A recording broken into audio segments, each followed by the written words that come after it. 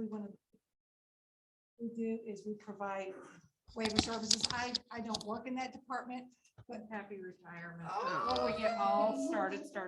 that's so sweet. Hold on. Let me get it. That is Let me get a very good picture. thoughtful. 3, 2, 1. That is so. I'll go thoughtful. get your water and we'll cut into cake. Okay, Awesome. go. I love the colors. Those are my green and blue are my favorite colors. I don't Go. work in the supported living program, but I have 2 young adults in my home that are supposed to receive services through supported living. Unfortunately, due to the lack of employees and staff, I have been working from home for the past 2 years. So, and that's okay, because I know we serve a lot of individuals who live on their own, in their own place, and they need the staff more than I do. I can take care of the young adults in my home. I have 3 biological children, all grown, but my youngest, who is 30, has severe autism.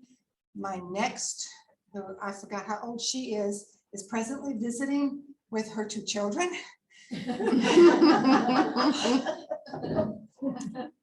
So they've been here for a week and a half. They're 4 years old and 9 months, and the 4-year-old demands my attention. The 9-month-old requires my attention. So they've been gone this afternoon, and I'm just like, oh, I can just chill out, relax. Yeah, okay, sorry about that. So I work in the family support program. We do a variety of different things. We do educational advocacy. I don't know if any of you have used our services. We have individuals. Our job is to help you understand how to get your child the services in school, whether it be through an IEP or a 504 or an RTI or a BIP or an FBA or. Got that? Yeah, that's a whole nother presentation. No.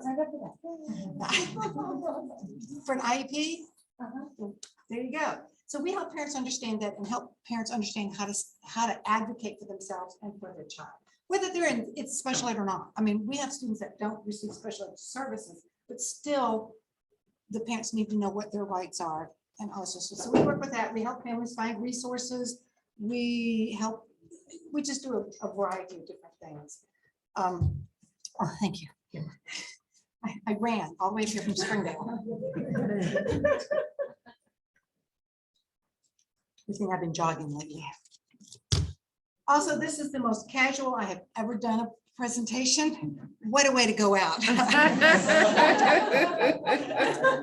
My bright colored sandals, they were at the bottom of the steps. I threw them on. So I'm usually a little more prepared, a little more dressed. Anyway, so there are a lot of services out.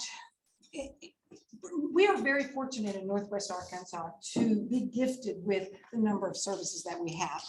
As you probably all know, there's a wide range of therapy services, OT, speech, PT, ABA, a whole bunch of other stuff. And y'all probably are mixed in with that. You can give it at schools. Sometimes you can give it, whatever. These are services outside of that. These are services that can help your I'm going to call them children. I don't know how old they are. I consider my 30-year-old a child. Oh, I'm sorry. I also have a 32-year-old foster daughter who has multiple disabilities. And so between the grandchildren and those other 2, I'm trying to let my daughter sleep because the 9-month-old does not sleep. And so I'm trying to let her sleep in the morning. And mornings are just, also doesn't help to get old.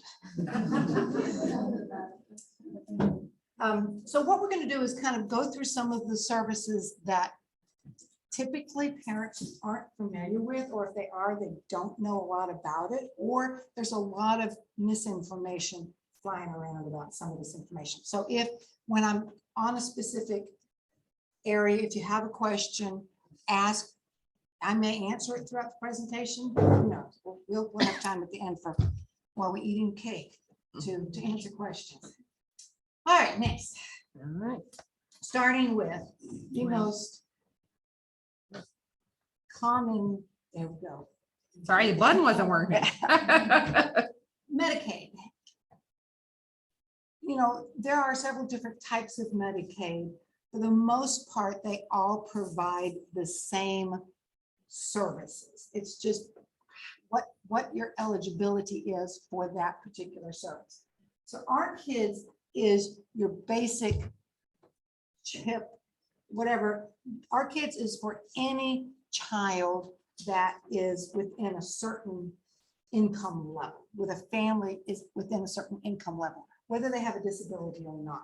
So we have a lot of kids that we get to know about that are on our kids, not recognizing that there are other resources, other Medicaid resources that might be more helpful to them. But our kids is just a general statewide, every state has this type of, most states have this type of a program to provide Medicaid for children within a certain income level. TEFRA is Medicaid for a child up to age 19 whose household income exceeds the amount required to qualify for SSI. We're going to discuss SSI in a minute.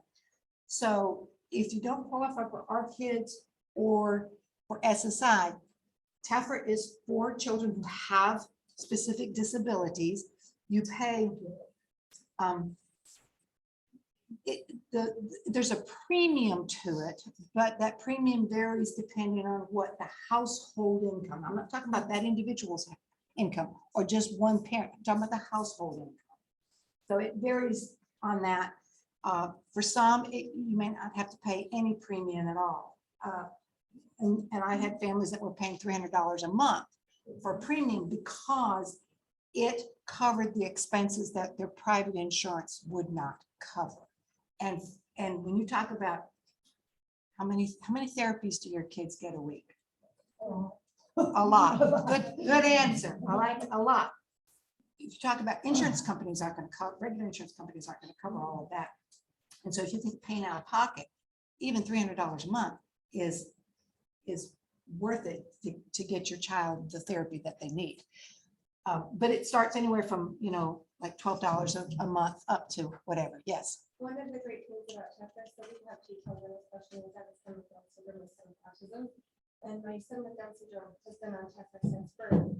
But when my son with autism was diagnosed, we were also able to put him on TEFRA, but it didn't affect our premium. Both boys are covered. Awesome. I did not know that. That's good. That's good. Yeah. If you are a household that has multiple kids with special needs, then you're on TEFRA, you can possibly have the same problem. Good. TEFRA is, not every state has a TEFRA program. It's TEFRA, some states call it Katie Beckett Medicaid. And I think there, last I heard, only 11 states that actually have it. I have a nephew who has a son with severe autism and some severe behavioral issues. And in Alabama, they could not get any Medicaid at all, none. They've moved to Georgia. Georgia has TEFRA or the Katie Beckett Medicaid. I know, because we used to live in Georgia. That's where I first heard about it.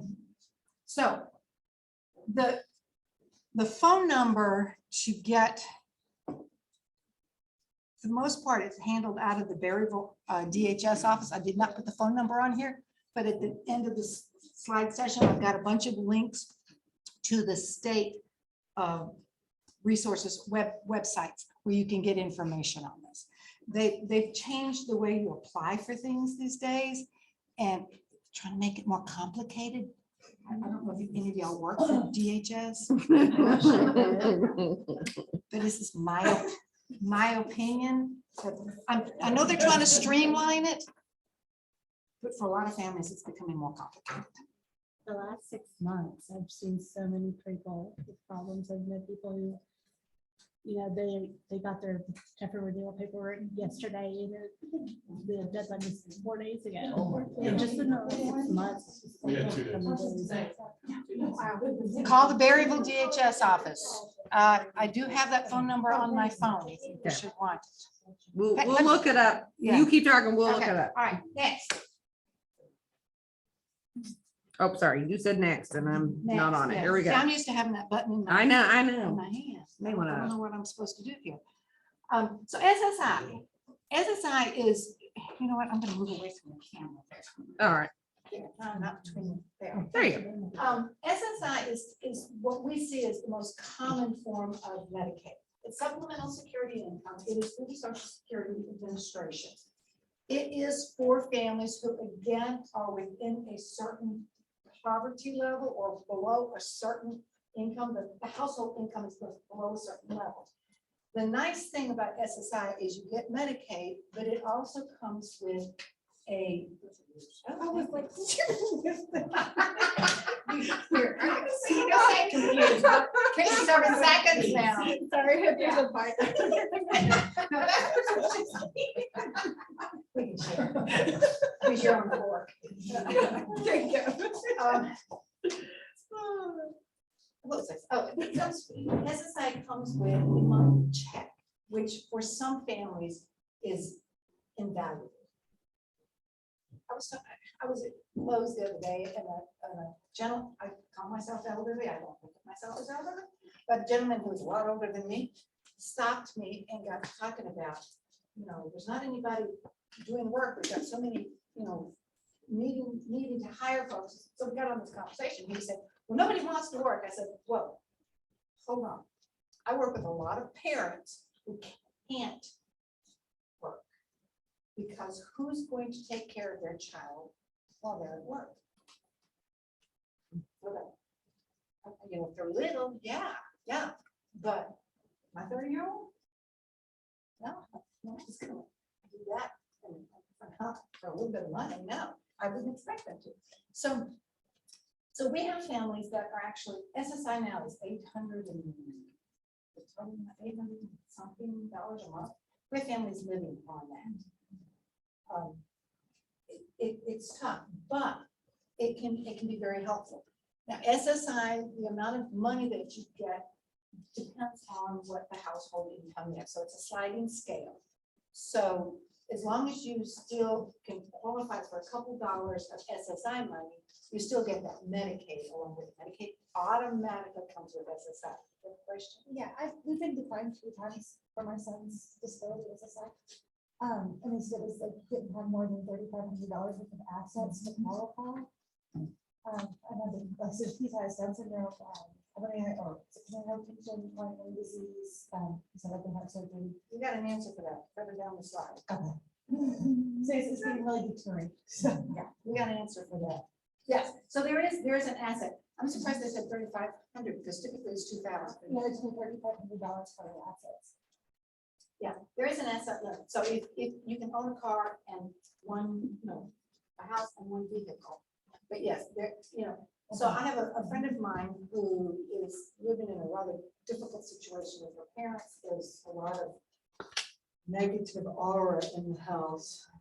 And she wants to move out and she wants to save money, but she can't work because who's going to work? I met her child the other day. She was friends of my daughter. My daughter's been inviting all her friends over to our house. So in addition to the grandchildren, I never know who's going to show up for supper. Yeah, child bounces off the walls. I mean, it's just, whoa.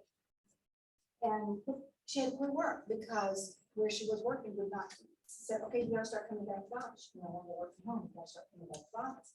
So she had to quit. So she's been trying to save money, but she can't qualify for child, she can't qualify for SSI because she's been saving money to try to live to be independently. There's just so many things that get in our way. Now, what I typically tell parents is, if you on SSI, if you get down to that area where you're only getting a small check, the other thing about SSI is you have to turn in your paycheck stubs every month. Religious, turn in copy. Religious, keep track of, document. This is my mantra. Document. Because SSI invariably comes back and says, oh, I'm so sorry, we overpaid you by $1 million, you owe us money back. That's not much of an exaggeration. And then you have to, because they messed up, so now, yeah, it gets tough. So I tell them, if you're only getting a couple of dollars, switch over to Temper. Because you don't have to turn on those paycheck stubs. You're not gonna use them anything, but you're maintaining that Medicaid, and that's what's, at that point, that's what's really, really important is that Medicaid.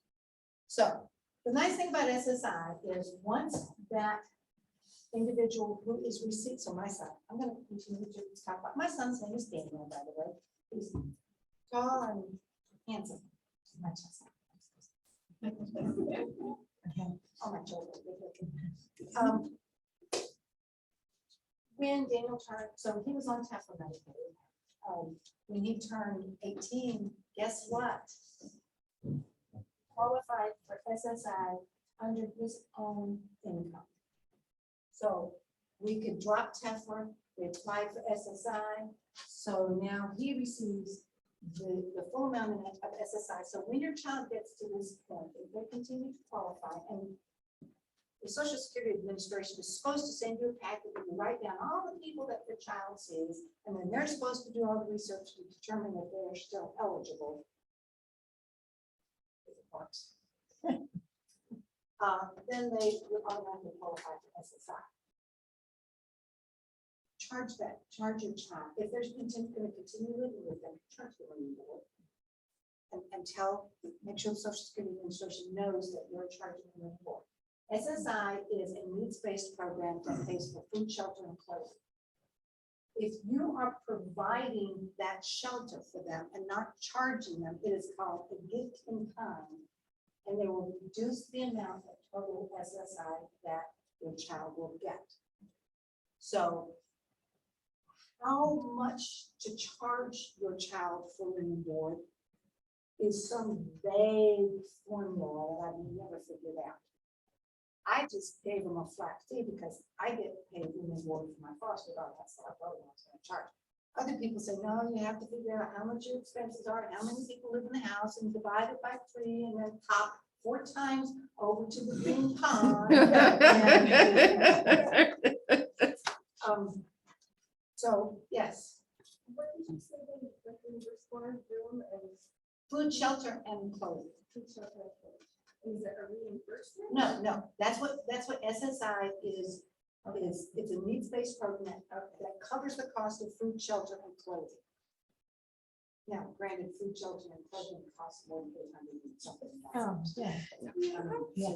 Well, like I said, we have families living on it because they don't have a choice. And in today's economy, imagine. Oh, yeah, 250 for a dozen eggs, yeah. Yeah. Yeah. It's, how do you afford to go to work now? Good thing I'm retiring. Which I don't need to run that into it. I've been working for a long time, okay? Since I was in high school, I've been working. So yeah, once they turn 18, then their SSI is dependent on their income. My son has no income. I am considered his rent payee, so the check comes in my name, and then I'm responsible for distributing it as needed. They used to have to turn in a thing every year on SSI, but they quit doing that. But just remember that women board thing, once they turn 18, that's going to be valuable. What you do with that women board that you charge your child is up to you. Once you charge them, it becomes your income. It's your money, and you can do what you want. I do have a suggestion for those that financially can afford this. What we do is we put it into a savings account. Then that savings account is there for emergencies or home improvement or whatever is needed down the road that will eventually benefit my son. If we do home improvement, then if he inherits that house, that provides. And the other thing is, and we'll get into this a little further, that savings account, the beneficiary of that savings account is my son's supplemental trust. But the savings account is put in your name so that it doesn't Yes. go there. Yes, the savings account is in our name. My husband's in my name. The, Married 40 years also too. The income based on the individual, does it have to be W-2 or 1099 income? I mean, what do they constitute as being income for an individual? Whatever's, I'm gonna guess whatever's taxable. Because SSI is not taxable. So whatever's taxable. Now, the thing that I have yet to figure out, and we're about to face this very shortly, is what happens to our son's SSI when we file for Social Security retirement ourselves. We're about to step into that exciting world. But he also he can't own assets. Like he can't own a house or a car. No, he can own, Daniel could own a house and a car and have less than $2,000, but have less than $2,000 of other assets, except a further slide down. Okay. Several additional Okay. slides. So there are ways to save, or as I call it, protect your child's future. Or child's, it sounds like we're so good. I'm from Wisconsin. So we rubbed off like. Oh, I've been in the South for a long time. I married a good old Southern boy. All right, next slide. Yes. This is a very weird situation. Oh, are you looking at retirement? When I started getting Social Security, got this letter that I had to immediately apply for Nate to become see if he was qualified for Social Security disability income. It did qualify, and then instantly the SSI payments stopped. I think the Social Security disability was higher than the SSI. Right, so that, my husband just filled out the paperwork a couple weekends, or filled out the online thing a couple weekends. And they asked a lot of questions about a child with disability, and me. You know, I've been trying to do some research. I don't know if I will quote now. While I am physically retiring from the family support program, I'm still actually working for ASM in another area. But, so I'm not going to file for Social Security until I'm of the appropriate age where I can get the full amount. Get that money that I sent in there. But yeah, that's what we're gonna look at. How is that gonna affect now? And my understanding is that it was actually received, so that's good news to know that it was received. So are you benefiting from his retirement? Do you get a retirement check? Or is it on you or on him? So this is a personal question. It's all on my employment. Okay, and so you, okay.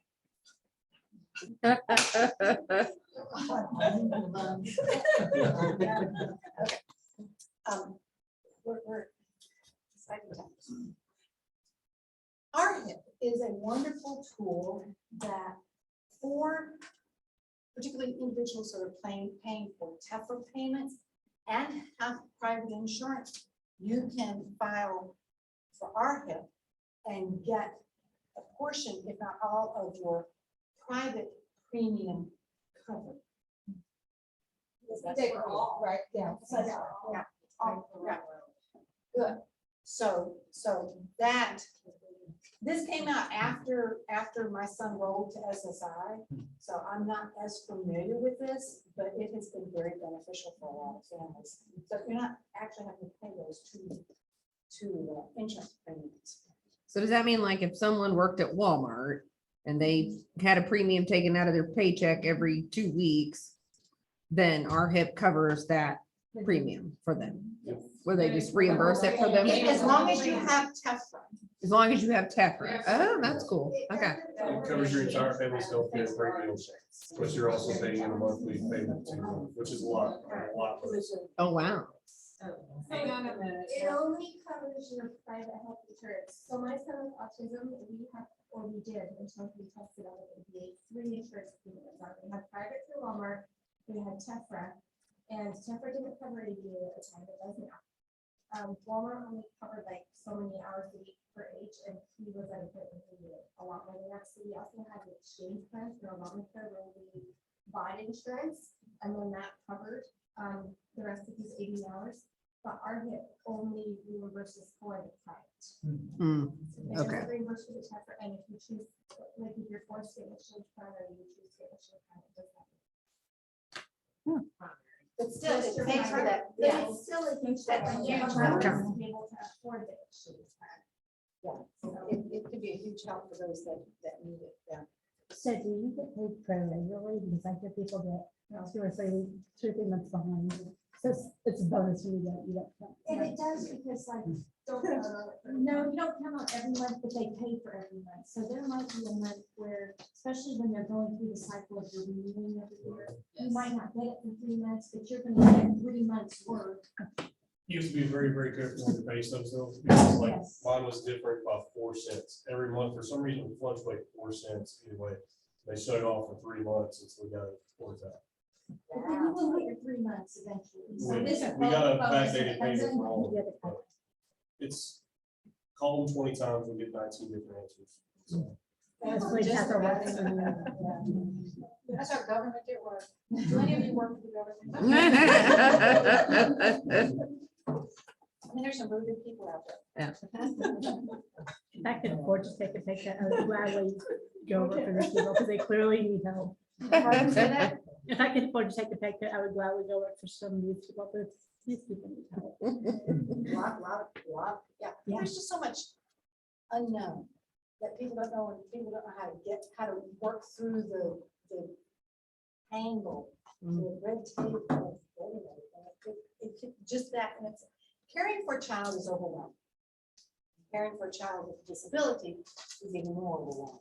Then having to get through all this red tape and the tangles and the mazes of getting services, it's just. Okay.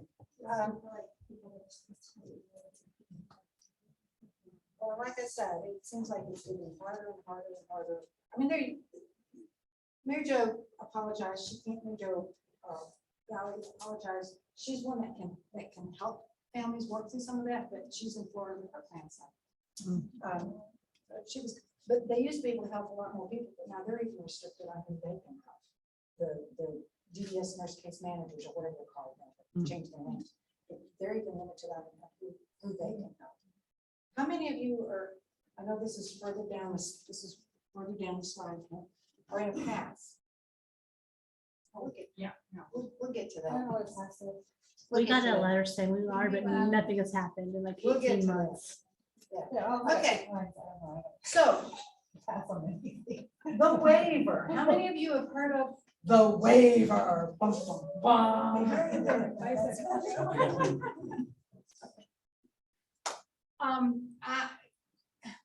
It's changed its name over time. It is, the official is now the Community and Employment Support Waiver. It used to be the Home and Community Based, and I just call it the DDS waiver. A lot of people confuse it with TEFR or confuse it with autism waiver. It's different. So this is the program.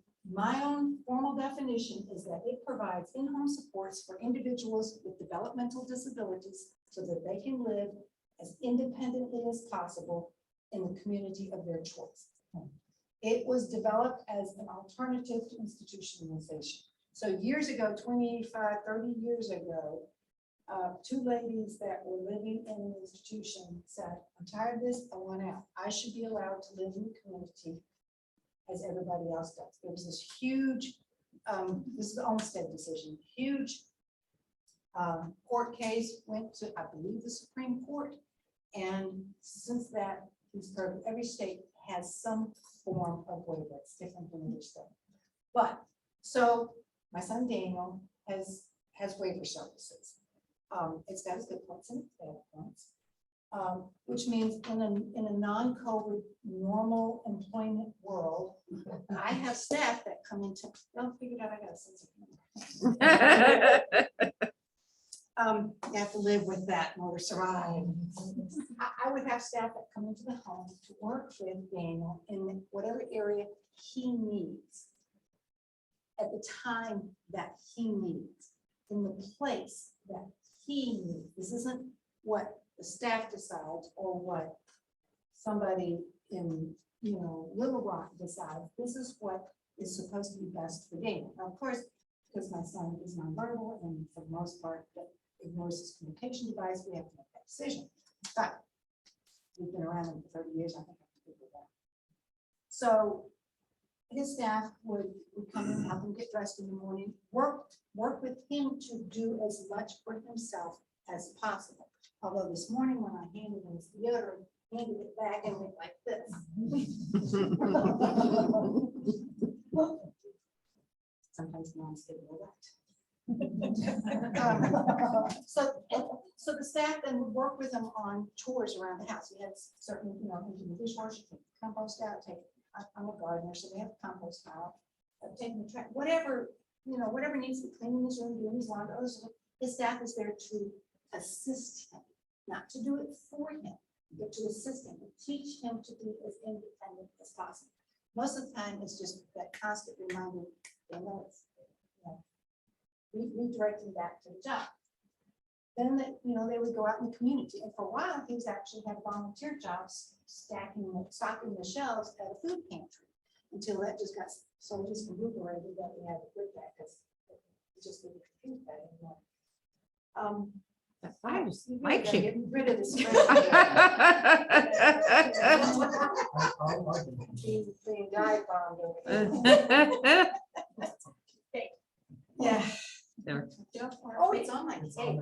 Oh, no. What are you doing with these kids? Oh, boy.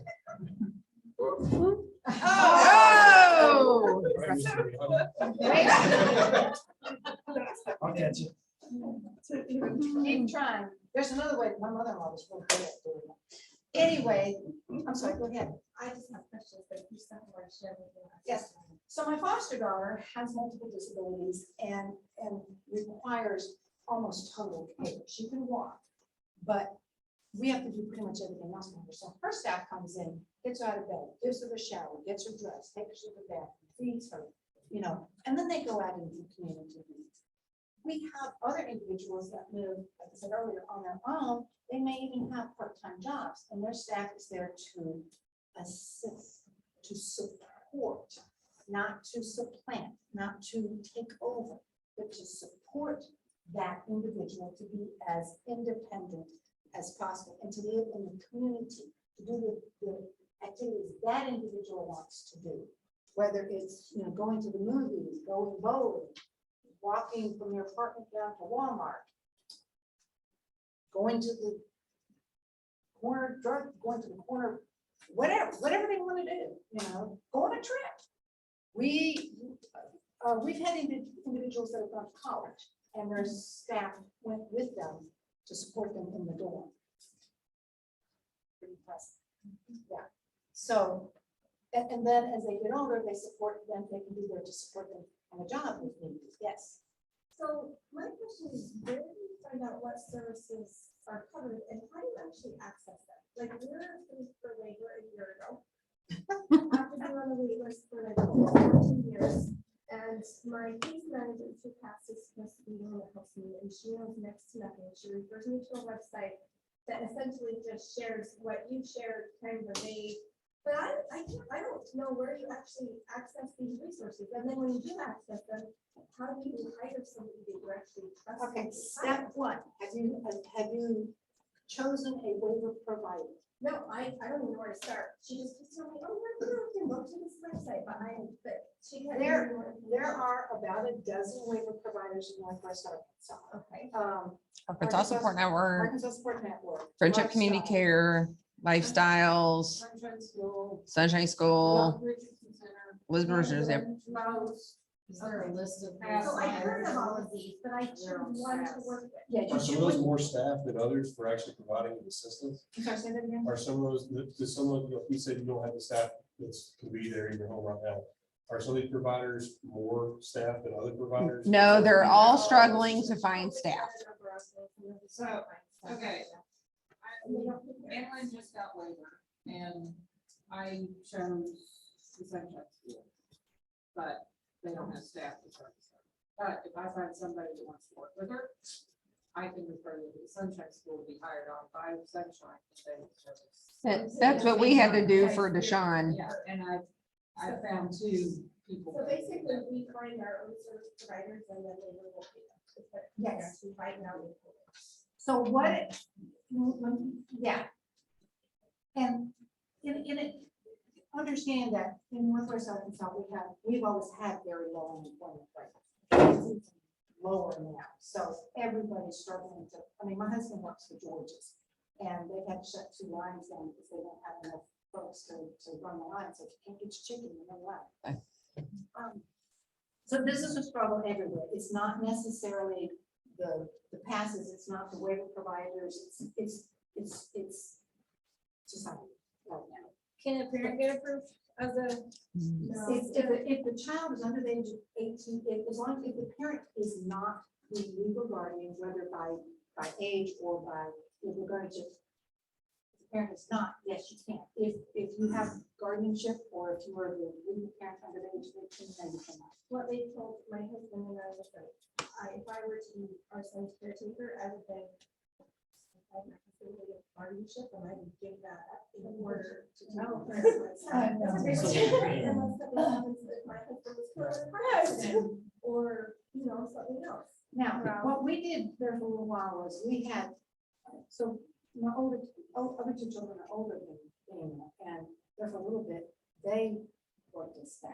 Yeah, they just have to be 18. That's the only requirement. That is it. 18. 18 and breathing. 18 and breathing is the unfortunate, the requirement. Now we have an adult who has a grandmother who is her waiver provider.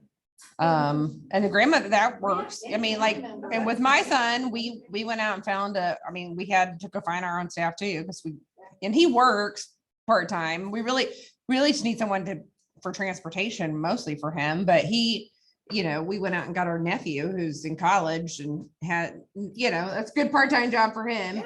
Yeah. We've had many college students. Yeah, so if if you know somebody from church that's, college student or high school, 18-year-old. Find that she's a single mom and she has a child with a disability on a waiver list, that she's gonna apply. Ambulance waiver, Or a parent from school. Yeah. Anybody that you can find them, and once when you're choosing the waiver provider, like I said, there's about a dozen. Call the different waiver providers and find out, just talk to them a little bit, because each one manages the program a little bit different. Each one of them has additional programming that they do. So call around and figure out which one you're comfortable with the understanding that you start working with them if you've made a really terrible decision and you just can't handle this anymore, and you've done your best to work through it. You can always change waiver forms. When you say additional programming, do you mean that we were to find somebody as a provider that a trainer provider, or do you mean whether or not they're involved in Special Olympics, whether or not they? Okay, so typically when an individual is hired by a waiver provider to be director of staff, there are so many hours of training that are required. Okay. CPR, first aid, medication management, all these different things that are required to be a DSP, direct support professional, is the formal name for the staff people. There's a certain amount of training that is required by the state. Then any additional training you have to do one-on-one, because you're going to your child, but that's, what they need. You know how you want your home to operate. I have had some really, really, really great staff in my house. And I've had some that didn't last very long. So it's up to you. I mean, yes.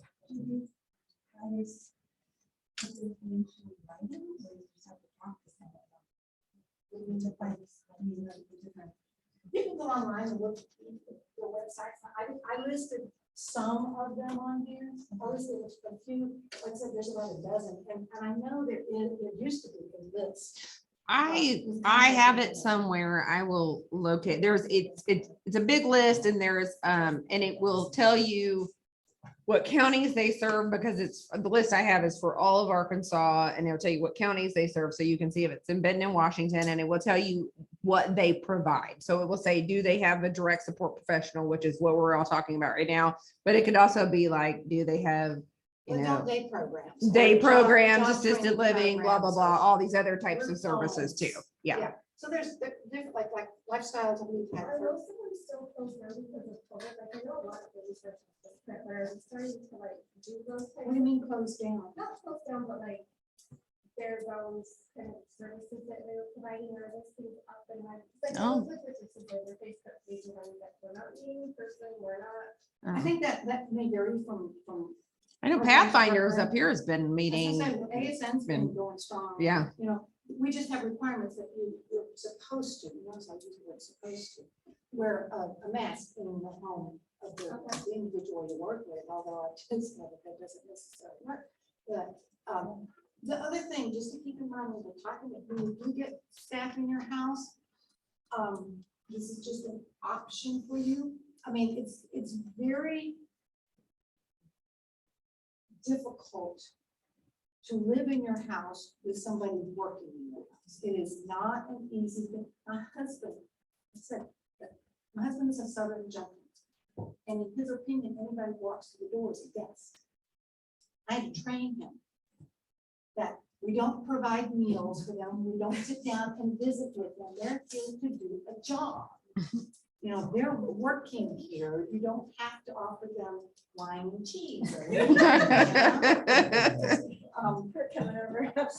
Yeah, so it seriously takes some getting used to. I don't want anybody to get out of hand with this. I think in pictures, how many of you are familiar with the show Downton Abbey? Okay. I don't know that I could live in a house where there are servants everywhere, but I have had to, not that I consider staff service. Like I said, some of them have almost become part of that. Others, again, do less than that. So you have to get used to having this person in the house. It's also, for me, sometimes it's very difficult to leave my child who cannot communicate with a stranger. I have this person in my house. I have cameras in the house. It is perfectly legal as long as they're not in the bathroom. Just a little hint there. That has been a huge relief for me. I just have a quick question. So, because we've been declined for the disability for the SSI that we're gonna reapply for again. So to apply for the waiver, does he have to be approved for disability first? So the requirements for waiver, let's see what the next slide is. I don't know what to put on the next slide. Okay, now, to qualify for waiver services, they have to have a developmental disability. There are 6 specific, and then one that's called other. Okay. So, let's see if I can, autism, Down syndrome, spinal bifida, seizure disorder, intellectual disability, and did I say cerebral palsy? Yeah. Okay, cerebral palsy. And then other, and if I'm not mistaken, they're gonna send this out so that you have, Yeah, we'll send this out. so that you can copy and paste and all that stuff. Because I got a whole bunch of links at the very, way down here, there's a bunch of links. So because he has Down syndrome, we can apply. for Yes, that. Okay. yes, and along, the other is, like, so my foster daughter has Rett syndrome, RETT syndrome. It is a combination of intellectual disability, seizure disorder, and cerebral palsy. So while the diagnosis does not include these 6, because, They have Down syndrome in that. right, Okay. right. They look at, what they want is a copy of evaluations that include an IQ score, even though we all know those IQ scores don't really tell the true value of our child's ability. Who provides that? The school, The school. the Okay. school, yeah, school, the schools around here. I've been working with schools for a long time. We cover several counties, and the schools are now, most of them are really into, what do you need? What can we do to help you get your child on the way? Okay. And if your child, like, generally, our kids attend a private school, so the school doesn't provide that, they can call the pass system. and get that contact He's somebody. still in school. Okay. So he goes to the bridge of the cancer and it's always there. He said, so I don't know. And it's not to them, So- but then also on the pass system, we can send somebody to do it. And also, so what they're looking for is that IQ and a functional adaptive behavior, which means what is that child able to do for, you know, is this child able to survive on the same level as the other kids in the preschool? It's, you know, it's kind of difficult. But yes, you can also contact me. What county do you live in? Mary Jo Valley and see if or the school district can still do that evaluation. Okay, we live in Gentry, and he goes to parents at home, so. Okay, so, contact the co-op. And I had contact with them, Yeah. just recently, to try to get everything set up so that we can get ready for IEPs, get ready for kindergarten, get Yes. ready for all of that. So somewhere in there should be a comprehensive evaluation. Supplemental You gonna go check downstairs?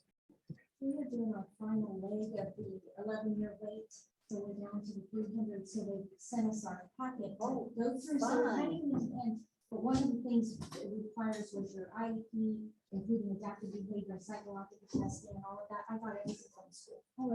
Yeah, the school Yeah. gave me everything. Schools are really good now about getting that. I've done enough presentations and they will call me and say, "Well, what do we need for this child in a waiver program?"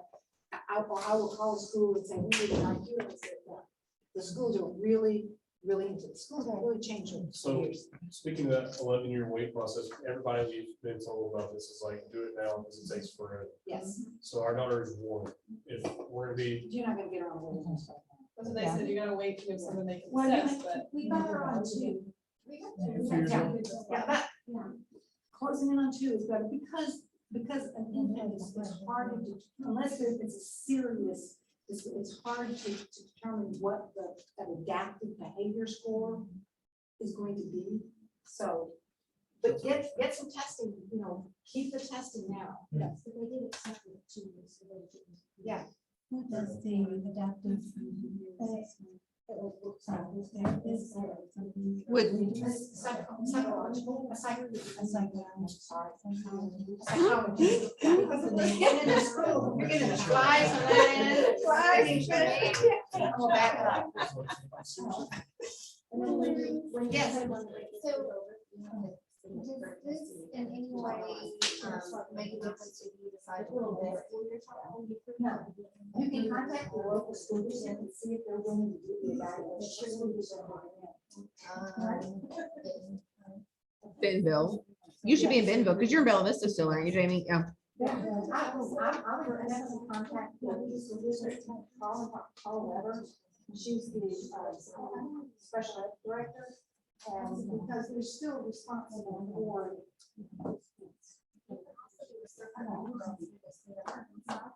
And just fill it out online. Certain referral has got really some. I'm sorry, what that means.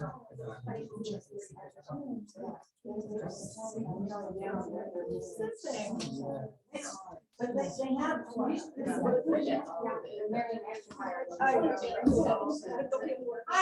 All right, here we go. I have one. What qualifies a provider to be a provider? Because clearly waiver providers are the only people that can receive the waiver. So receive the funding, excuse me. What qualifies those providers to receive those waivers? That's an excellent question. Yeah. I'm so glad you asked. Yeah. I have no idea. What would prevent you from just starting your own, Nothing. like an LLC, getting an LLC and then like calling yourself a waiver provider and then receiving the waiver? If you go to the. You gotta start a new business. DBS Yeah. website. If you go to the if there's DBS 12 companies website, that can't get employees, there's- so that might there's be a good business information plan. on Right. It wasn't right to the big ones, and all of them. I mean, I know Outcomes is one of the local waiver providers and.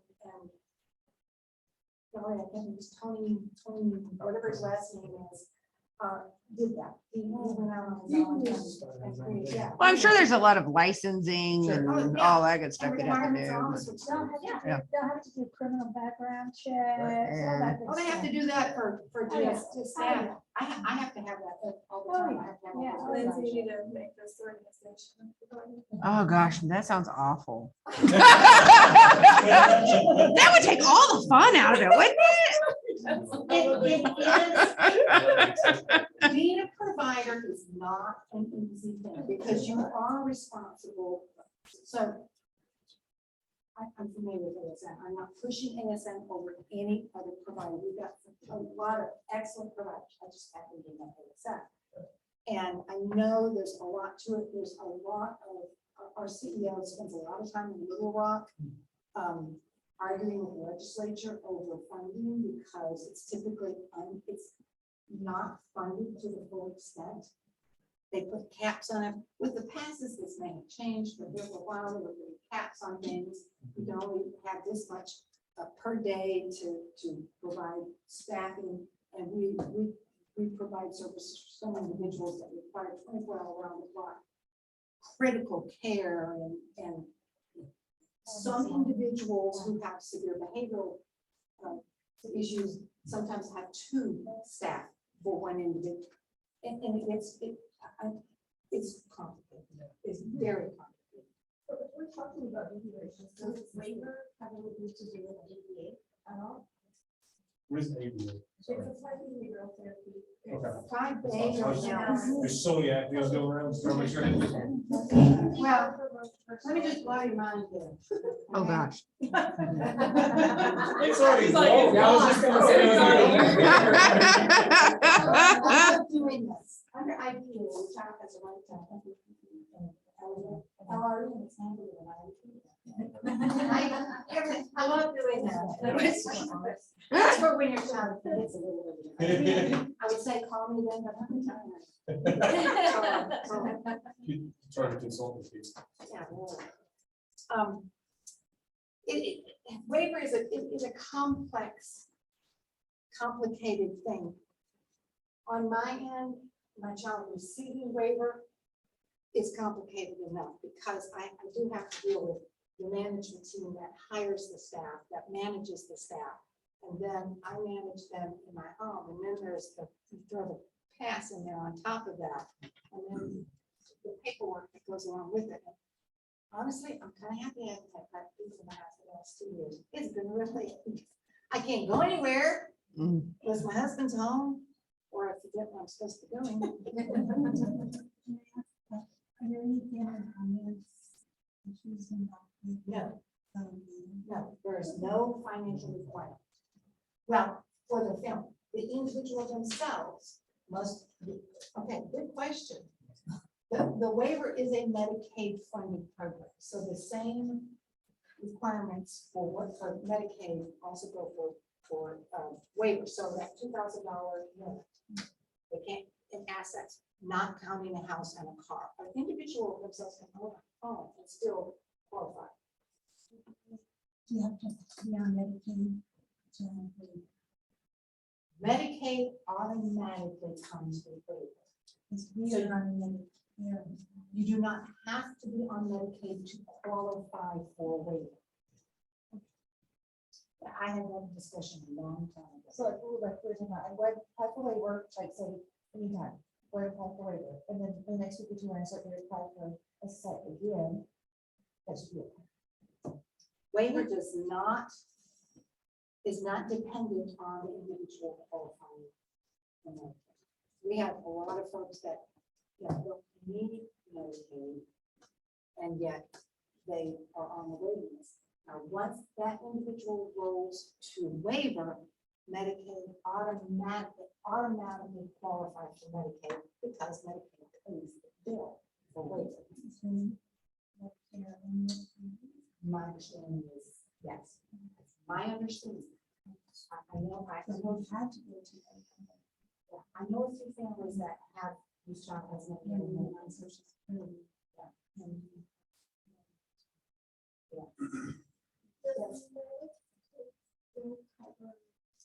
Therapy, speech, therapy. What if the child ages out, or can they just age out of the system and get covered up?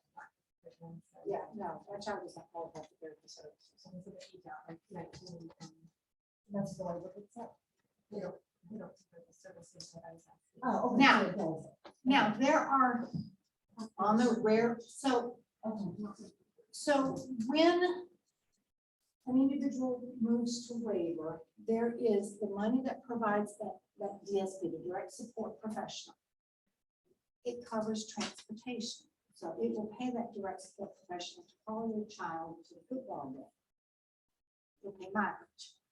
It can cover certain equipment that Medicaid doesn't cover. I say certain, I'm not gonna say everything. but it paid for some of my son's sensory stuff, toys and stuff. It sometimes will pay for home remodeling, home modifications.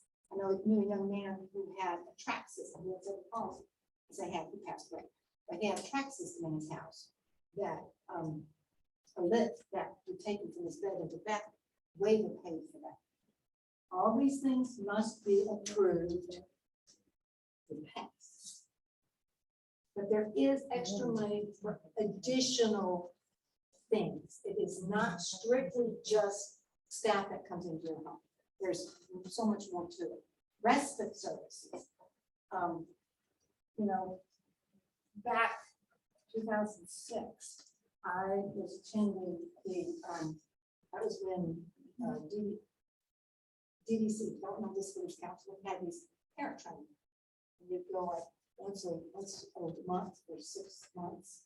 And my son went to a respite provider. Somebody else's home who's qualified as a respite provider while I was out of town.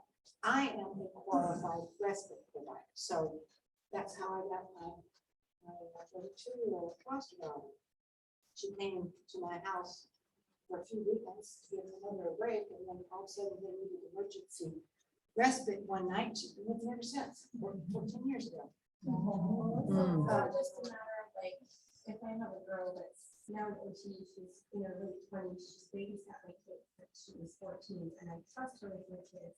She's the only person I can over it. Like, I could use her respite care, like to provide respite care. My husband and I went out of town for a few days. It's possible. I'm not gonna say it's a definite yes. This is, needs to be part of the plan. So when a person rolls to waiver, you develop a plan. This is what you're wanting. These are your hopes and dreams. And then discuss, you know, what the pass is going to pay for. So the pass manages the waiver program.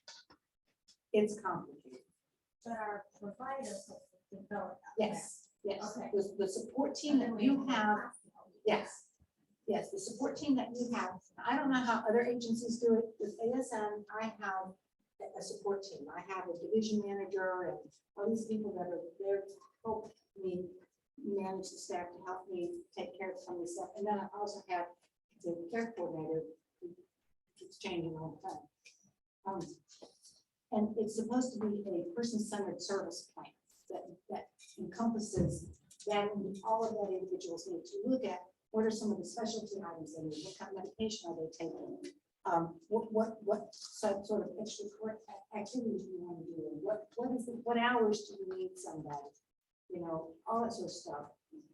And there for a while, you know, for about 4 years, we had a wonderful relationship. My husband lived in southern Louisiana, and we stayed here. For the main reason that I can't wear sweaters in southern Louisiana. It's too hot. Now I don't wear sweaters here because my cost. I wear this all the time. So because he was out of town and I needed to do stuff, we had respite care. So whether it's in my home or in somebody else's home, I had some help with that. And it was very, very valuable to me at that.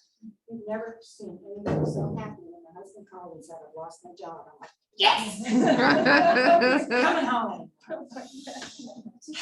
If you want to stay here, you want to be on waiver or SSI. SSI is not. I mean, not SSI, I mean, just waiver. Just wait. Okay, so you have to be approved for waiver. No, You have to be on in it.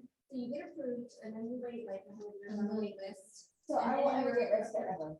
Now, No. let me clarify. Okay. Age has nothing to do with it. Yeah, by the time he's ready to move out.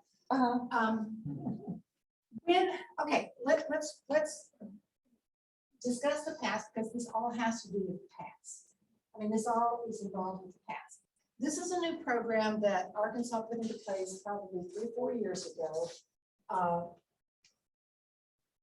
And it's not a perfect solution.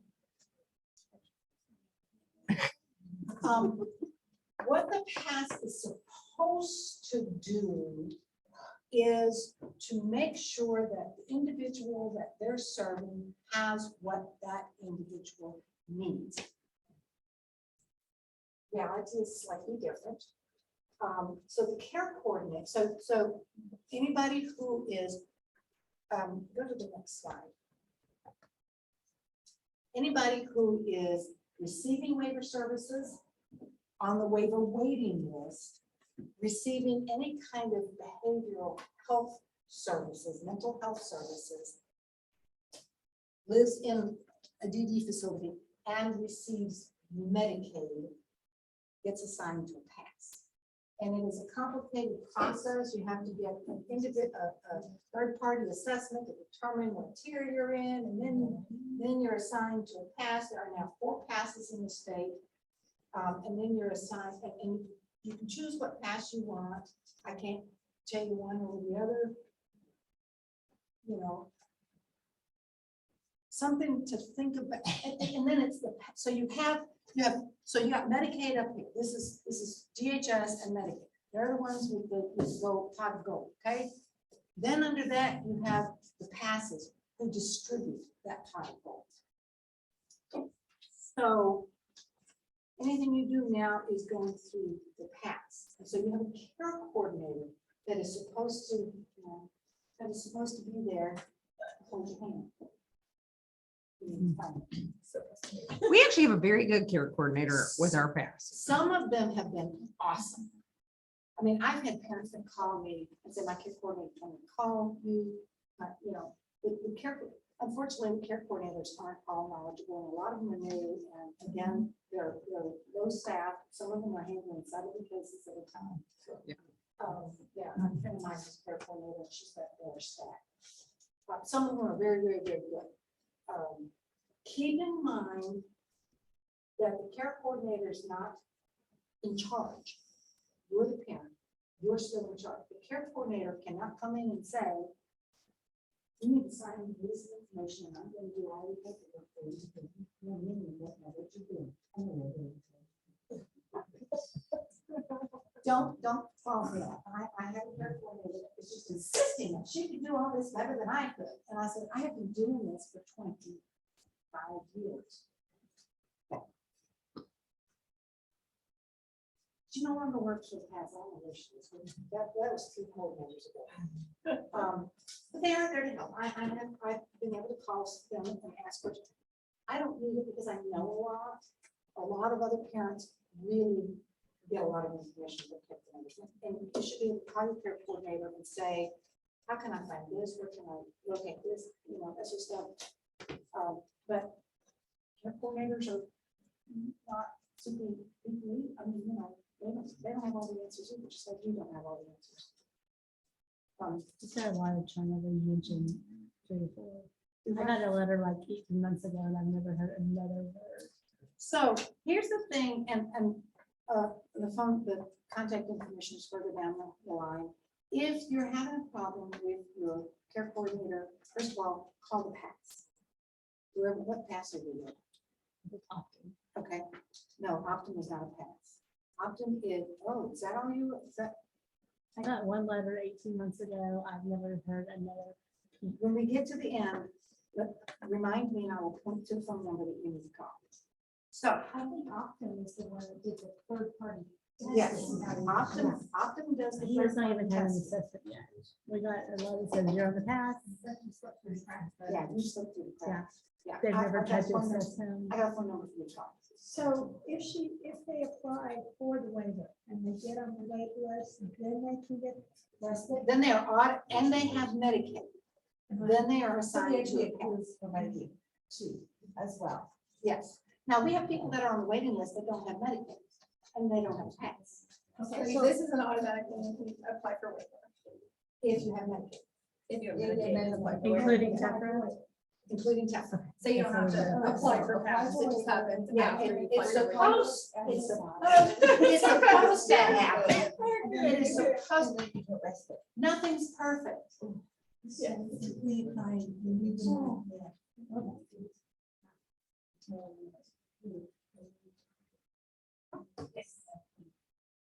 Yes. Yes.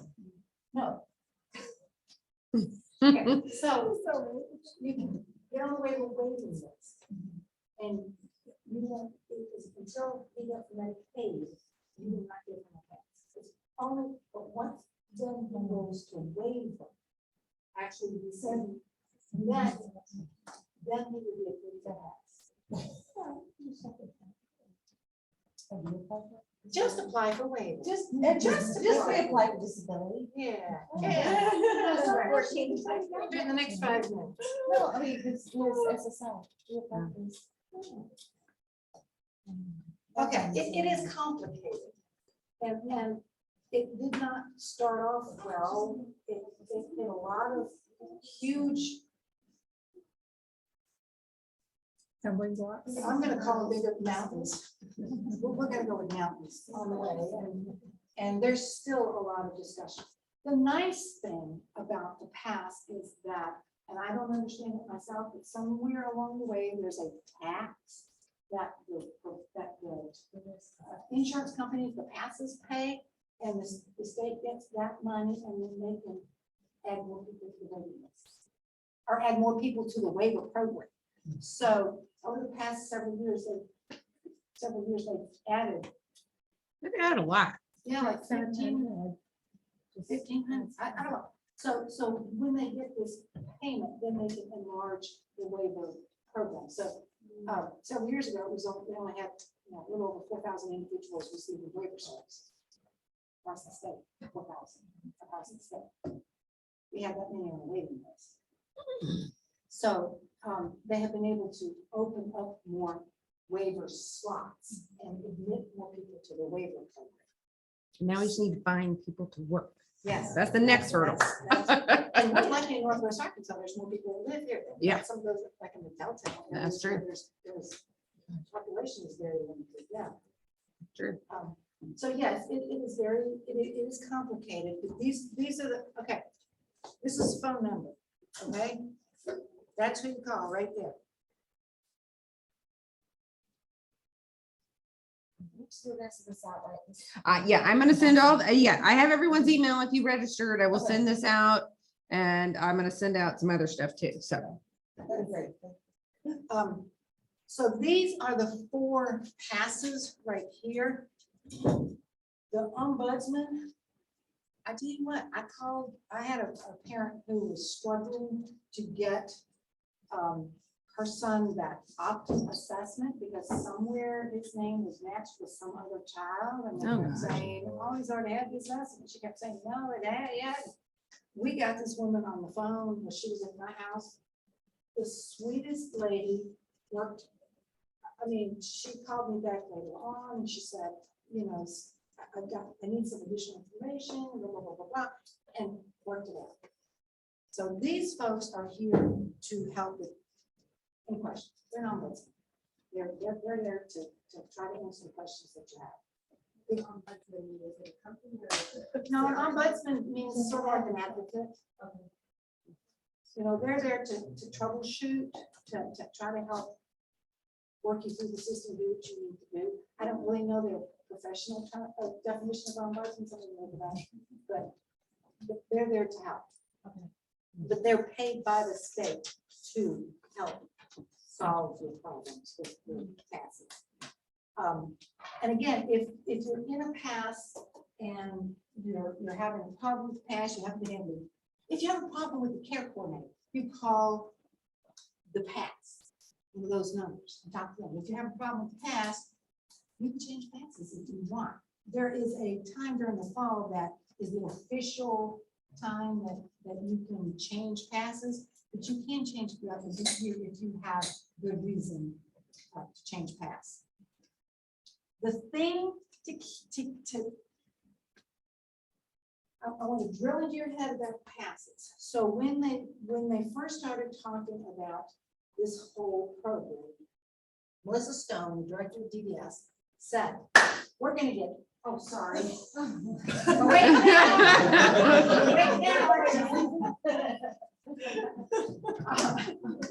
I was doing a presentation one time and this gentleman just kept falling asleep. And I typically, I wandered, I used to do this on a regular basis, and I would wander through and he was just constantly falling asleep. I just want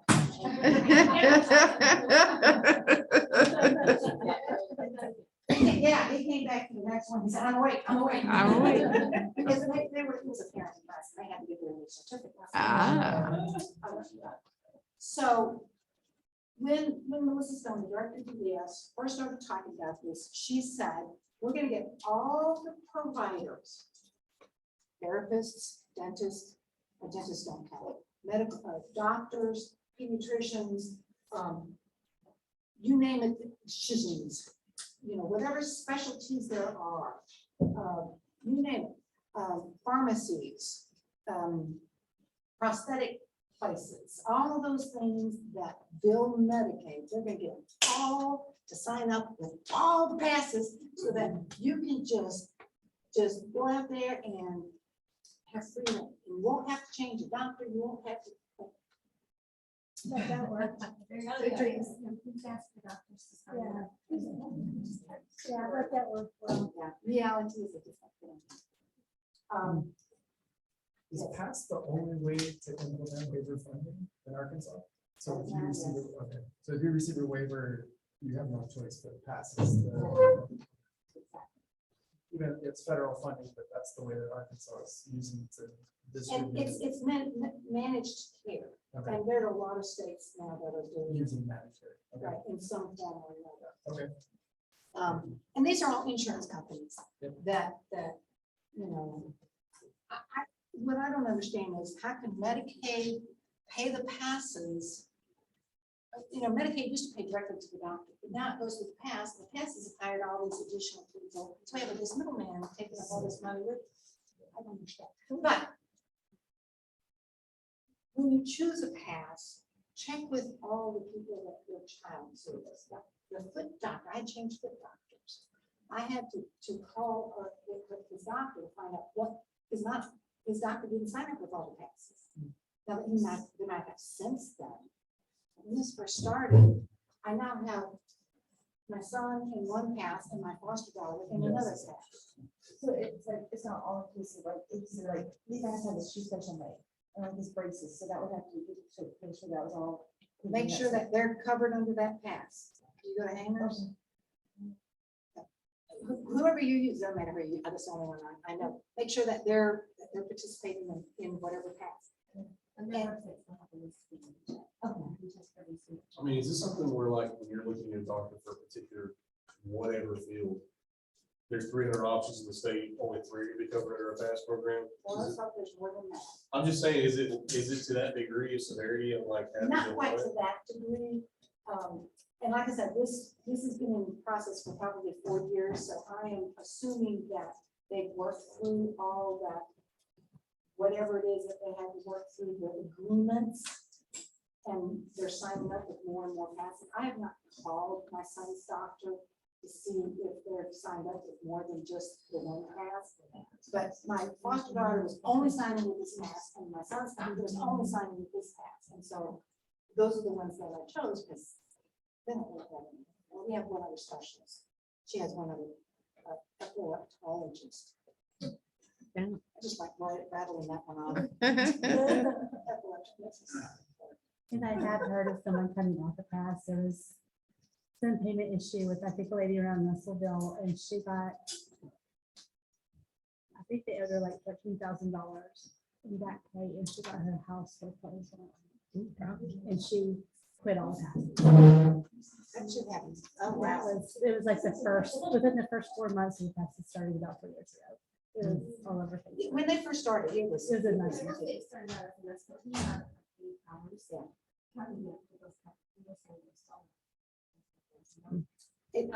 I know it was that better because I went to a couple of legislative meetings and they were hot under the collar. Mm. It was intense. It was intense. I remember Mercy, and we were on the pass yet. I Oh, yeah, remember Mercy was Mercy. not Oh, on any yeah. passes. Oh, Like yeah. 14 days before the permit was supposed to start. Yeah, Oh, boy. it was. Yeah.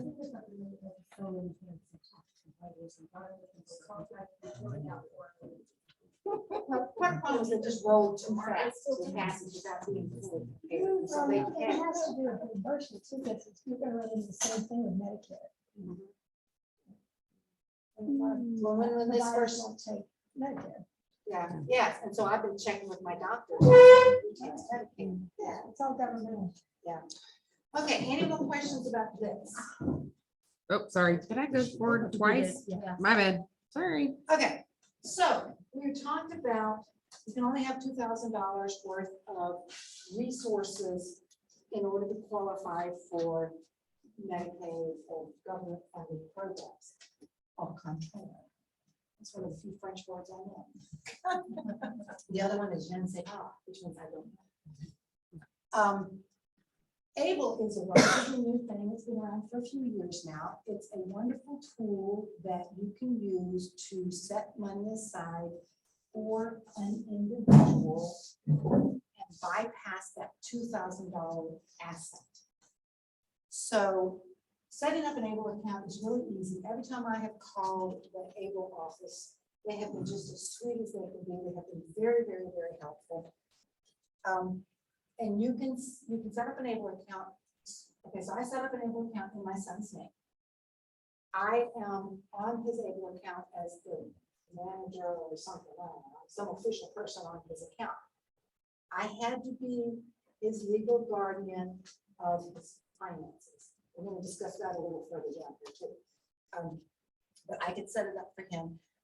You can put up to $16,000 a year in an ABLE account, and it can be up to $100,000 without it affecting any government benefits.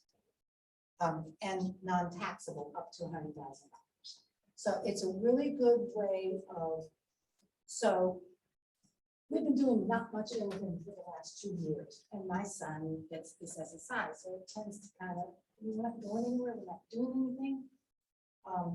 So I don't need his SSI account to go get $2,000, so I just from time to time ship some money off to his ABLE account. Yeah. Same thing with my foster daughter. All right, go to the next slide.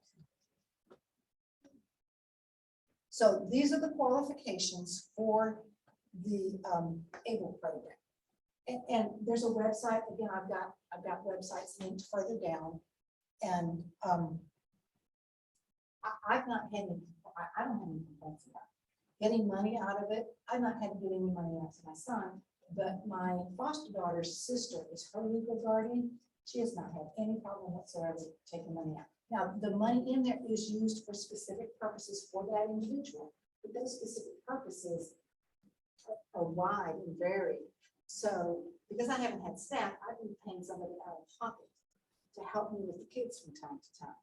I know they're 30 and 32, I still call my kids.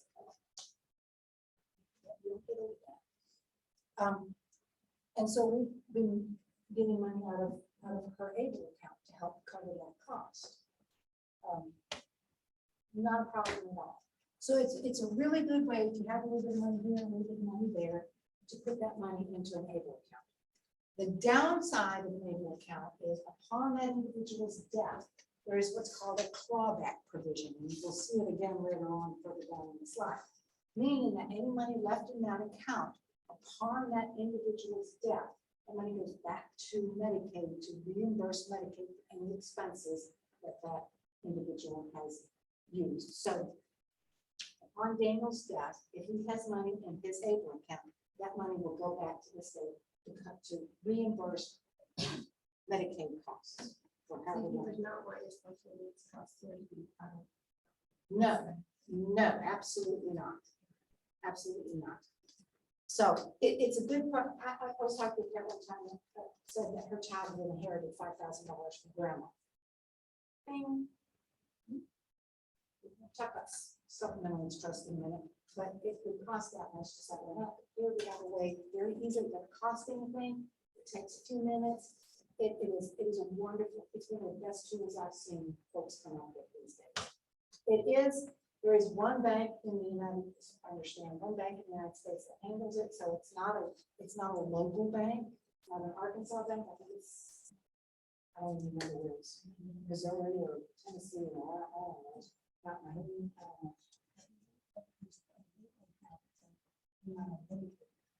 But it has nothing to do with it. I know you said it like that. Oh, okay. So yeah, if he doesn't have, if he has never had any medical expenses. Okay, so cover both, depends on how much the expense was. Yeah. Unless it's not, you know, not that expensive, and they're lucky. Or I the- highly doubt it. And it really doesn't take much to qualify, you know, but like I said, you do have, so for my son, who we are his guardian.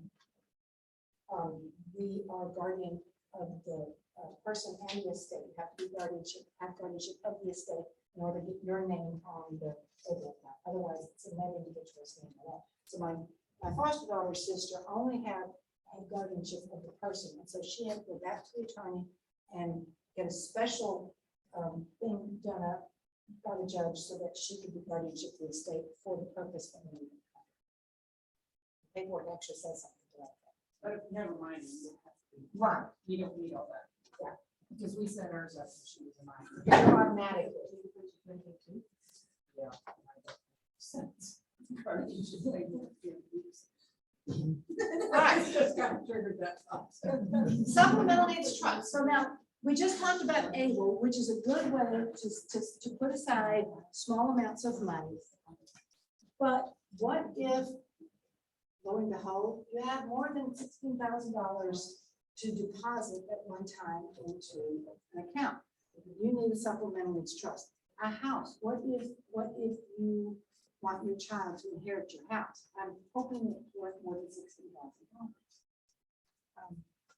A supplemental needs trust, not a special, not a regular trust. A supplemental needs trust is where you can set money aside to supplement government benefits, not supplant, not take the place of, but to supplement SSI, Medicaid, waiver, all those things.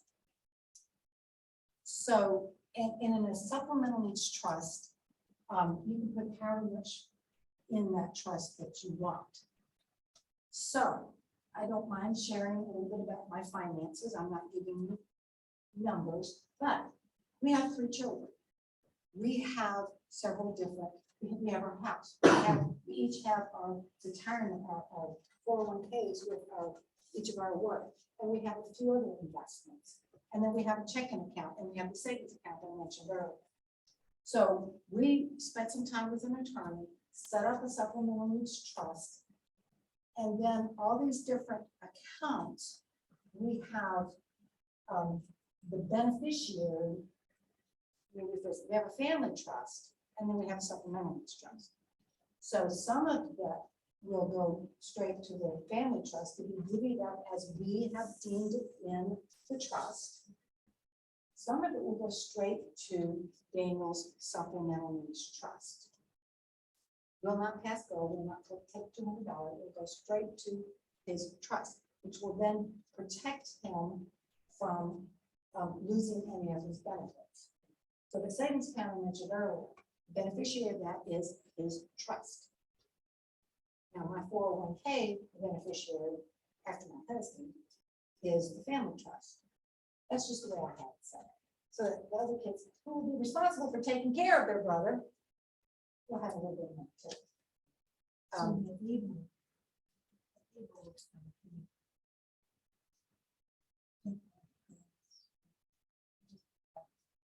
Well, so that's where you have to decide where you want. So one of the difference between supplemental needs trust and an able account is it costs money to set this up. So this is something that if you're intent to, like I said, put a house, you know, if you intend to inherit the house, you need a trust, you need a supplemental needs trust. And that's really better than it depends. An able account is easier to access. Now, my trust is not funded at all. There's absolutely no money in the trust. It will not be funded until both of us are 6 feet under or fed to the sharks, whichever we choose. My husband wants to be fed to the sharks. So there's no money in it. Like the able account, there's money in the able account. So I can put a little bit in at a time. Next slide. There are, oh, sorry. Sorry, next. So the night, no. Go back. Okay, sorry. You're good. So the nice thing about a trust is that it avoids probate. When can give you a prime example. My father passed away several years ago. Lo and behold, to the surprise of all of us, he actually had some money. We had no idea he had saved that money. So most of it, he had it designated who would inherit it, to avoid COVID. One of them, the biggest account that he had was not. We waited a year. It went through COVID, it took a year to go through COVID. Not that I did, I mean, I didn't. It takes one. But upon your death, you want your child to be able to get that money as quickly as possible. So by having a trust, it avoids probate. And because the way the trust is written, close out all those loopholes, because our family trust would just say, Damien gets the money. Whoops, oh, messed up. Now Damien has over $2,000 worth of assets and anyway. You're allowed to put more than that $16,000 limit that Ava has. And you can put $100,000, $1 million in the trust. It doesn't matter. There's no limit on how much money you can put into a trust. And then again, it prevents you from being held back by that $2,000 of limitation, so that your child can live a reasonable life without, having to eat macaroni and cheese every day. There's between what do you call it? Is this a supplemental trust or is that what it's called? This is supplemental needs trust. That's what I was getting ready to ask. Special needs Okay. trust is kind of a slang, Okay, sort of. just but making yes. sure. So Okay. next slide, there are two kinds of trusts. This is where it gets a little complicated, okay? First party trust is any money owned by that individual. So say great Aunt Mary decides to give my son $5,000. Okay, we're over $2,000. We must either immediately put it in the Able account, or we can put it in a first party trust. It is his money in his name. Goes in the first party trust. And there is that clawback provision that we discussed earlier. Third party trust is anybody else, not him, not Damon, not that individual. Anybody else can put money in a third party trust.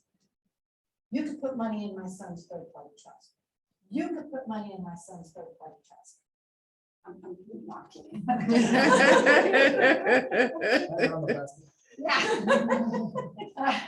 Anybody else besides my son can put money in that third party trust. So that's where you arrange so that, your savings account, your checking account, your whatever, our house is in a trust.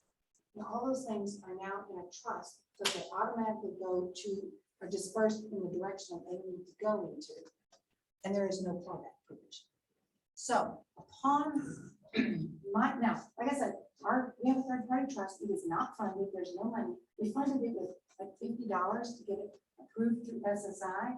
I mean, guess what? You know what?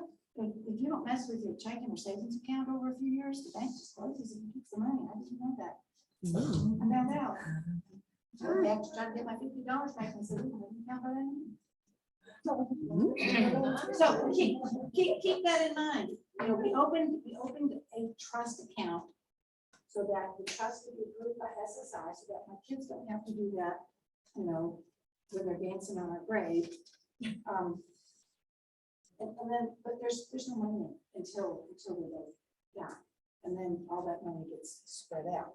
I'm trying. And trusts are complicated. Reading a trust document, wow. Sit there with a dictionary. But it's amazing how much those attorneys, like we went to Collier Moore, we came to speak to the downtown, and I mean, he set that thing up. I still to this day don't even understand it's all in a trust, but it's all set up with a trust and then special needs or something. There's a lot to it, and I'm familiar with Collier. There's several in the area that will do them. Todd Watley is another one. But they look at setting up the trust. They want you to do a will. You can look at my husband and I have power of attorney over each other at this point. They look at, what's it called? It's a thing that you write up that talks about what does your child like. It's A letter of intent. letter of intent, yes, thank you, letter of intent. All this sort of stuff that goes over all of that. And then, like I said, on the third party, there's no callback provision because it's not my son's money. And so I love this word, if I can pronounce it correctly. In the trust, it says upon his death, the money will go for stirpies, for stirps, for stirpies. I love that word. It means it'll go to whoever's left in the family, you know.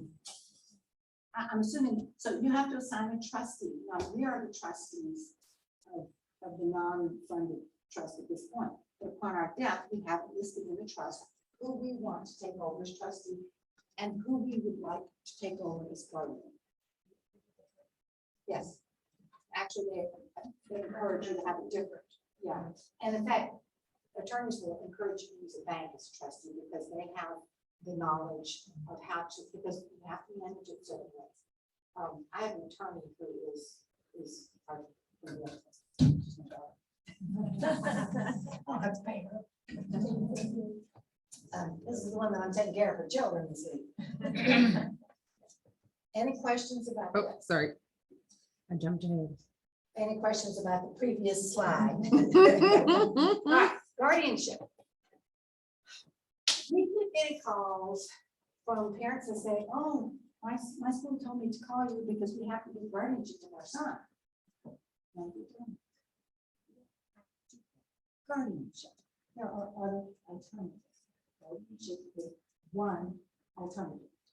Would you like somebody to have guardianship of you? I would like to have guardianship with my husband. So guardianship is a way to assist a person who needs that help. Guardianship takes away that individual's right to make their own decision, including in the state of Arkansas, they are not allowed to vote. To get guardianship, that individual has to be determined incapacitated. I'm sorry, I have to do this. I have to work my head to decapitated incapacitated. It's just a thing I do, okay? The individual has to be determined incapacitated, and they determine that by using evaluations. We use, we just presented our school, all the school evaluations, and the judge had no questions. Not to mention the fact that my son was standing in front of him. It was lots of fun. So guardianship is a very, very serious thing. Guardianship can protect that individual. We do have guardianship of our son because our son does not have the capacity to make decisions, and nobody else can take advantage of that. Anybody could be guardianship as long as the courts rule that they are capable of being guardian. You can also use guardianship. You start getting into trouble with the law and stuff like that, they will take the guardianship away.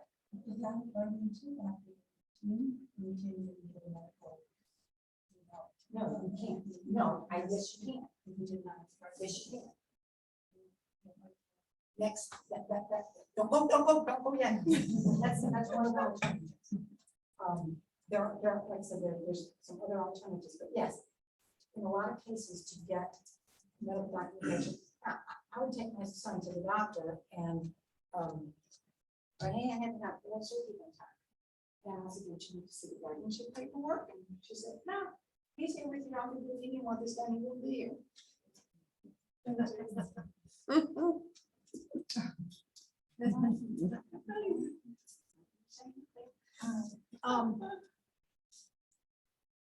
But it is, guardianship is handled, it's granted by a judge. You do have to do a yearly report to the judge. All right, go to the next slide. So there are two types of guardianship, which I mentioned earlier: guardianship of the person, guardianship of the estate. For most of the time, you always get guardianship of the person, and that's the guardianship of the person is you make those medical decisions, living, where they're gonna live, that sort of stuff. Guardianship of the estate means you are handling finances. For some individuals, if their own income is SSI, you don't need guardianship of the estate because you are already the rep, if you are the rep payee. You're able to have guardianship of the estate. But you have to do a yearly report. A yearly report. My attorney's office just sent me a letter the other day. Yearly report to the judge, to the court every year saying what's going on. My son supposedly still receives waiver services, he's still living at home, we've traveled to visit his sister, we've climbed Mount, whatever. Just a little word, don't have to be anything. Now, an attorney will say, oh, you paying us $300, I'll write that for you. That's fine. But if you just write a little paragraph, what's going on, and mail it in, I'm fine with that. Well, I would be. And if you are guardianship of the estate and there's any money involved, you're supposed to also file an accounting of that money to the state. I don't have to because I'm not paid. He doesn't have any of that. And again, it removes their right to make their own decision. All right, next slide. There's another choice. This is a little complicated. How you can get power of attorney for various different things. And here's some of the different types of power of attorney. You can get very specific for certain. So while my husband was in Louisiana, we did the financing on our home. There's a technical we refinanced our home. So I got power of attorney to sign my husband's name on all the paperwork. Let me tell you what. You should write it, blah, blah, blah, blah, blah, each page.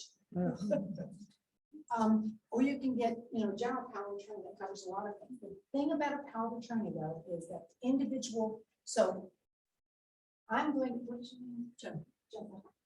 What's your name? So I'm going to get power of attorney. She's going to give me power of attorney.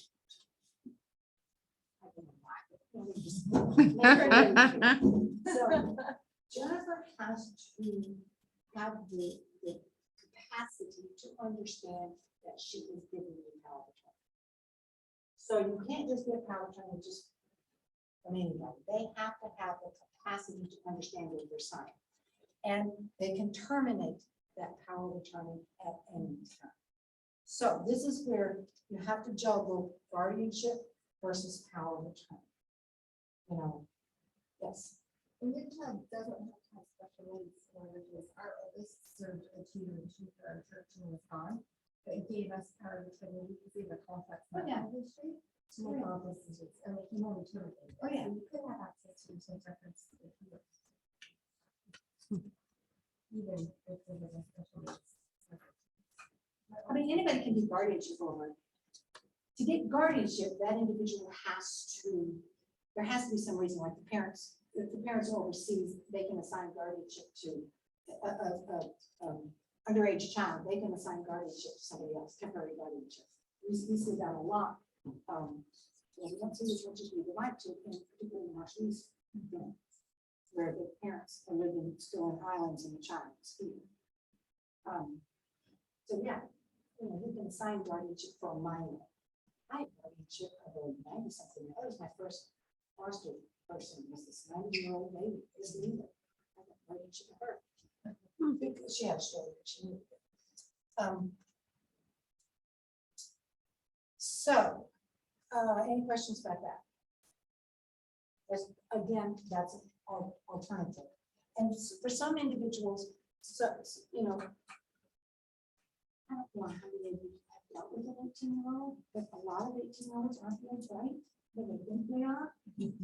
But they're not. We all make bad decisions from time to time. Not me, I never make a bad decision. I'm getting on supposed to do. So we want to give our children opportunity to learn by experience. We don't want to take that away unless it's necessary. For my child, it is absolutely necessary. Yeah. But for some, they may just need some minor support and to be taught how to make good decisions. My daughter, the attorney,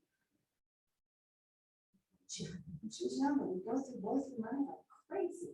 Was I gonna get guardianship for her just because she was spending her money like crazy? $1,000, she didn't have anything a year, I did the taxes, she had nothing to show for it. She's now married, and her husband is quite the, well, she's married. He's a penny pincher. He's a great guy. He's a great guy. So you really need to think about it. But perhaps the individual does have some, does have capacity, but just needs some support.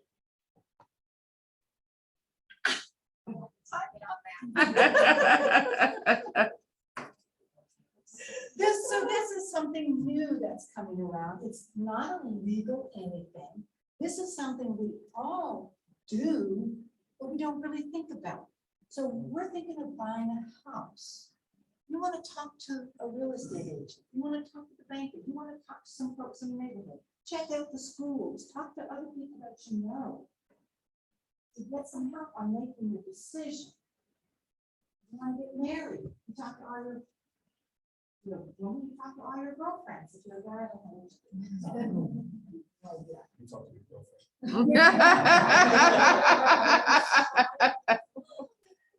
So we do this often, we confer with other people before we make big decisions. This is no different. This is, you can make a contract.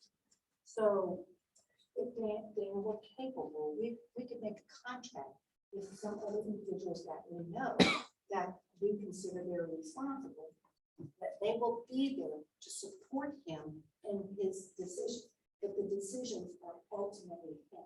This is not a legal document. It will not get those medical documents from wherever. It will not do that. But it is a way of supporting that individual. And then that individual knows I can call up Fred and talk to Fred about whatever it is I want to do and see Fred's opinion. And that has a list of people to call rather than just, who do I need to talk to about that? There's a list. And, you can do some more research on this. It's relatively new. There's a lot of information out there. But It's just an organized resource information for that. Yeah. But is that person somebody to fall back? I have a friend of mine who she has guardianship of her son. I don't think she really needs it. She got it back when she really needed it. But he's doing really good right now. And she keeps talking about, well, we're not going to get the guardianship. When she dies, I said, you don't need it. We have this. Work out a plan. Any questions about this? So you have choices. Guardianship, if the school says you have to get guardianship, no. Now, there is part of the IEP that when a child turns of age, 18, gets close to 18, there's a section that the child can sign giving the school authorization to talk to the parent, his or her parents. Because once a child turns 18, the schools are not supposed to talk to if you've got a good relationship with the school. Like once my child turned 18, the doctor didn't ask for guardianship paperwork for years later and said, oh, we need to know his file. So we are at 9:22. Okay. So, All right. okay. Couple more slides. All right. Sorry. IEP transition, when they get older, the school is responsible for transitioning your child to adult life. That's what school is all about, is to create a successful adult. And so this is all part of the IEP that the school must look at jobs, where they're going to live, and something else. Employment, education, and independent living. So those are things that you can start at age 14, working with the IEP team on creating that transition plan. And it can be a wonderful thing if people actually pay attention to it. Okay. You keep going. Yeah, okay. So once a child graduates from high school, there are other opportunities out there. Most of them say you must go through Arkansas Rehab Services because they will do an evaluation, discuss what are your interests, what are your skills, that sort of stuff, and then kind of direct you into whatever program might be interesting. And so this is just some information about that. Next slide. Next slide.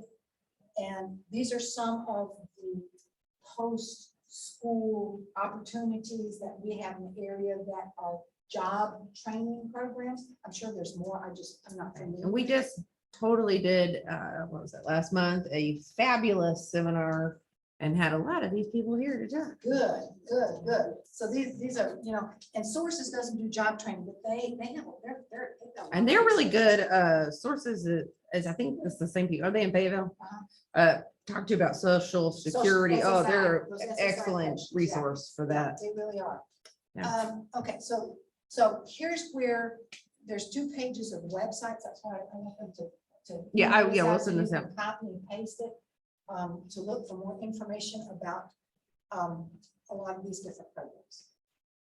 And I was going to come up with a really snappy last page, and I didn't. I had this child climbing in my lap, demanding my attention. So there's this page and the next page. Okay. Has websites listed on. So that is the end. We'll put the end. Oh, I did. Questions? Sorry.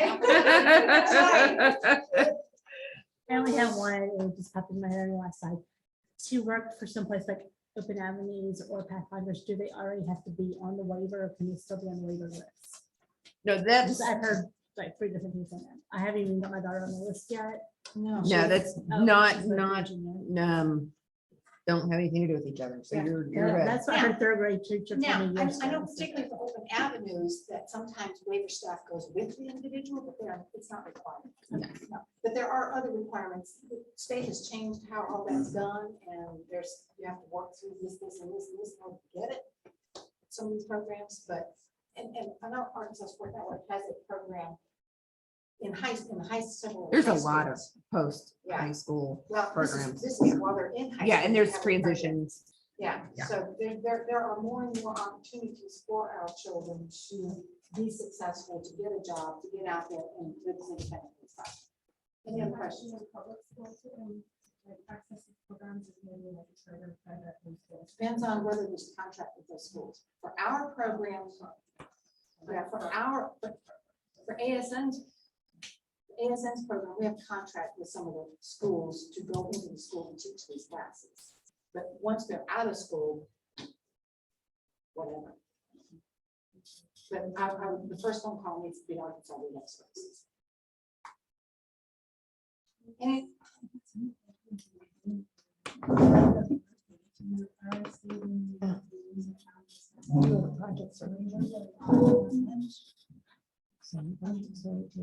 Okay, here's the thing about waiver is what happens when you're gone? Who's there? So you may not need it. Yeah, so that's the thing. That's why I feel like it's not gone. Take care of my child. Waiver is, it's like, yeah, yeah. So. yeah, they're not everybody. Thank you. Sorry.